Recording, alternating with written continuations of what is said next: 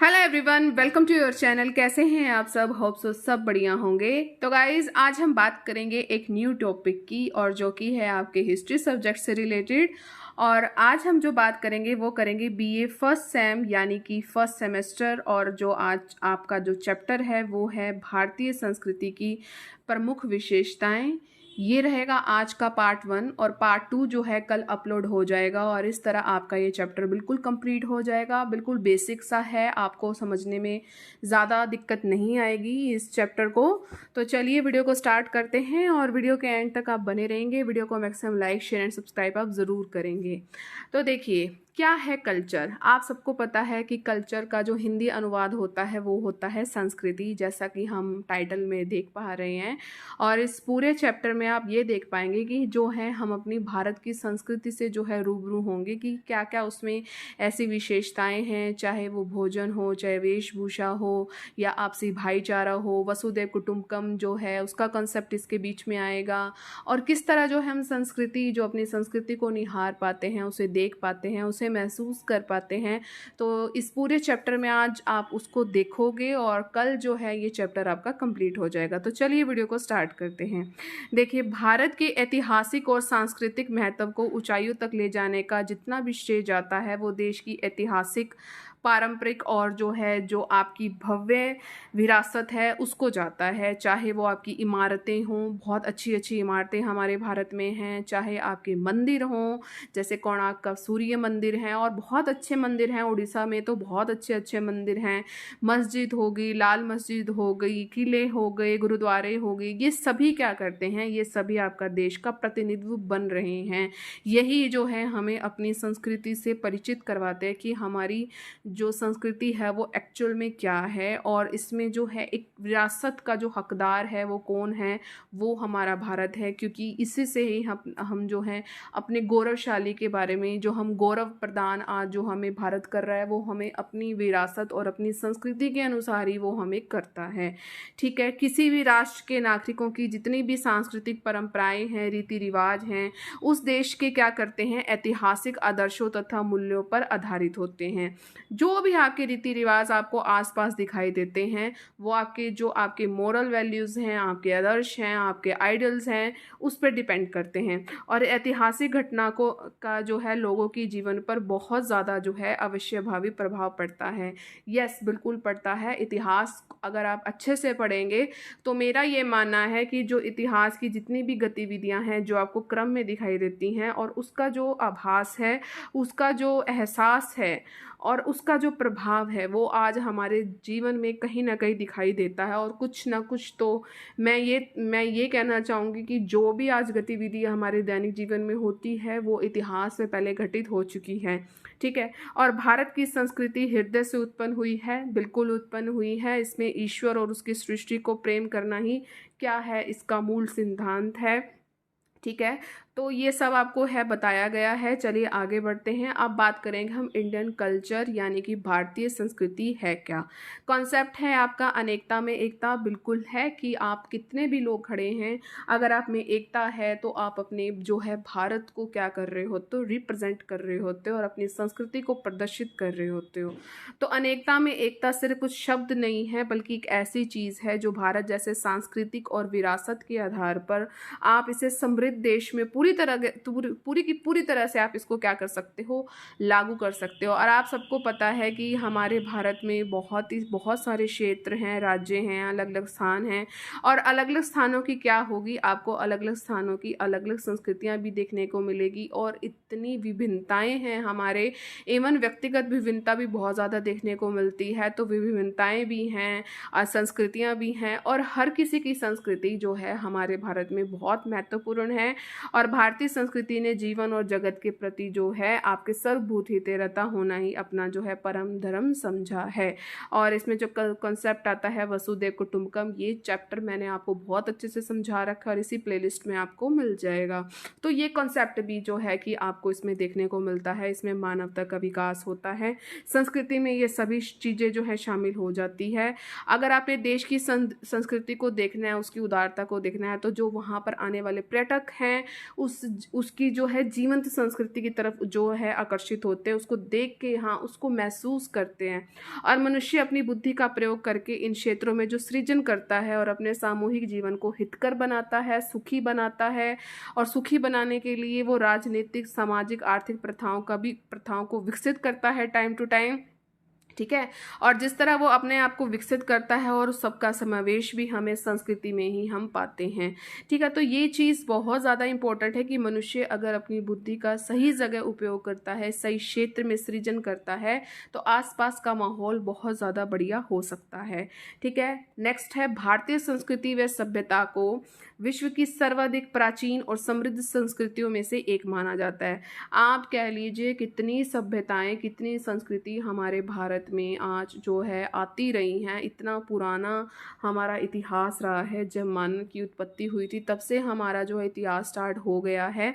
तो आप देख सकते हैं कि कितनी संस्कृतियां आई हैं और कितनी जो है भ्रष्ट हो गई हैं, लेकिन जो हमारी भारत की संस्कृति है ना वो ऊपर है, ठीक है। चाहे जीने की कला हो, विज्ञान हो, राजनीति हो, भारतीय संस्कृति का हमेशा ऊपर स्थान रहा है। साथ साथ नष्ट होती रही है, आदिकाल से ही अपने परंपरागत अस्तित्व के साथ वो अजर अमर बनी रही है। अगर हम भारत के इतिहास की बात करते हैं, बहुत ज़्यादा पुराना है। आज से लगभग 65,000 साल पहले एक होमो सेपियंस, मैंने इसकी भी वीडियो डाली हुई है, मानव की उत्पत्ति एवं विकास, ये आपको MA की प्लेलिस्ट में मिल जाएगा। तो सबसे पहले आपके होमो सेपियंस आए थे, वो अफ्रीका से आए थे और वो भारतीय उपमहाद्वीप में पहुंचे थे। और यहीं से जो है भारत में आपके जो है मानव के विकास की कहानी शुरू हो जाती है। इसके बाद एक आर्यों का वर्ग हमारे भारत में आया और यहाँ पर 2000 ईसा पूर्व की यहाँ पर आसपास यहाँ पर पहुँचा। और उसके बाद क्या हुआ, उसके आने के बाद जो है नए राज्यों का विकास होता गया। जैसे जैसे सभ्यता हमारी आगे बढ़ती गई, वैसे वैसे आपकी आई वैदिक सभ्यता, जिसने जो है एक सभ्यता के रूप में इसको जाना जाता है। और जो इनके नाम है सभी के सभी जो वैदिक सभ्यताओं में, वो हमारे वेदों के आधार पर किया गया और जिसे संस्कृत भाषा में लिखा और पढ़ा गया है। एक एक लाइन आपके लिए इम्पॉर्टेंट है, ठीक है। और अनेक अवसरों पर आप भाईचारा भी देखते हो, एकता भी देखते हो, और पुरानी पीढ़ी से लेकर आने वाली पीढ़ी के लोग सच्चे दिल से इसे मानते भी हैं और अपनाते भी हैं। देखिए कितनी पुरानी हमारी जो है संस्कृति है। अब जान लेते हैं संस्कृति का अर्थ क्या है। संस्कृति जो है आपका जो ये शब्द है, ये आपका बना है सम उपसर्ग से और क्री धातु से निष्पन्न होता है, ठीक है। तो ये है संस्कृति का अर्थ। और संस्कृति शब्द जो है आपके संस्कार आप समझते होंगे, उसका क्या है, ये रूपांतरण है। संस्कृति किसका रूपांतरण है, संस्कार का रूपांतरण है। और संस्कृति को मानव के नैतिक, आध्यात्मिक और बौद्धिक उपलब्धियों की समग्रता के रूप में समझते हैं। जितने भी चीज़ें हैं जो मानव में आपको नैतिकता दिखती है, आपको आध्यात्मिक मतलब वो उसका पूजा पाठ में बहुत ज़्यादा ध्यान है, बौद्धिक उपलब्धियां होगी, उस सब में हम उनको देखते हैं। संस्कृति जो है मनुष्य की भूत से प्रभावित होती है, वर्तमान पर भी प्रभावी होती है और भावी जीवन के का भी ये जो है विकास करती है, ठीक है। संस्कृति क्या है, संस्कृति सीखे हुए व्यवहारों की संपूर्णता है। मानव के द्वारा अप्रभावित जो है प्रकृति शक्तियों को अगर हम छोड़ दें, जैसे मान लीजिए कोई आपदा आ जाती है, कोई बाढ़ आ जाती है, उसको अगर हम छोड़ दें, जो भी मानवीय जितनी भी परिस्थितियां मानव के आसपास जो है परिस्थितियां उत्पन्न होती है, वो उन सबसे वो प्रभावित होता है और उन सभी की संपूर्णता को हम संस्कृति कहते हैं। और इस प्रकार संस्कृति के इस घेरे का नाम क्या है, सांस्कृतिक पर्यावरण। जो आपके आसपास का पर्यावरण है उसको क्या कहते हैं, सांस्कृतिक पर्यावरण।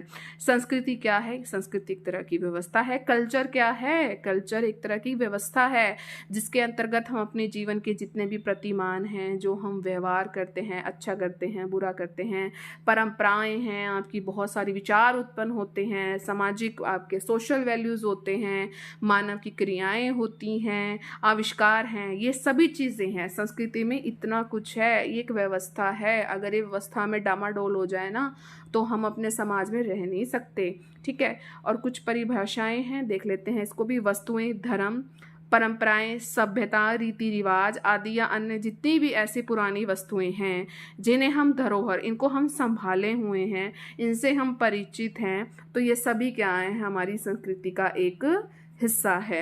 एबल, एबल की जो है स्टेटमेंट आपको याद हो जाएगी। एबल, संस्कृति क्या है? सीखे हुए व्यवहार प्रतिमानों का क्या है? कुल योग है। जो भी हम सीख रहे हैं उसके व्यवहार प्रतिमान का क्या है?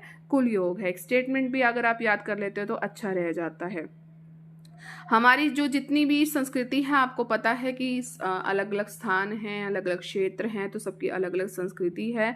तो अगर हम बात करें भारतीय संस्कृति की, हमारे जो भी ये है हमारी संस्कृति हमारे सामाजिक परिवेश पर जो है निर्भर निर्भर करती है। यदि हमारा समाज जो है परिवर्तित होगा, देखो परिवर्तन तो संसार का नियम है, तो परिवर्तन तो होगा ही। अगर परिवर्तन हमारे समाज में होता है तो हमारी संस्कृति में भी बदलाव ऑब्वियसली आ जाएगा। और किसी भी समाज में व्यक्ति की जो वेशभूषा होती है, उसका आहार हो गया, रहन सहन हो गया, या कोई भी क्रियाकलाप हो गया, उससे आप संस्कृति का अनुमान उसका लगा सकते हैं कि किस संस्कृति से या किस बैकग्राउंड से ये है, किस कल्चर से है।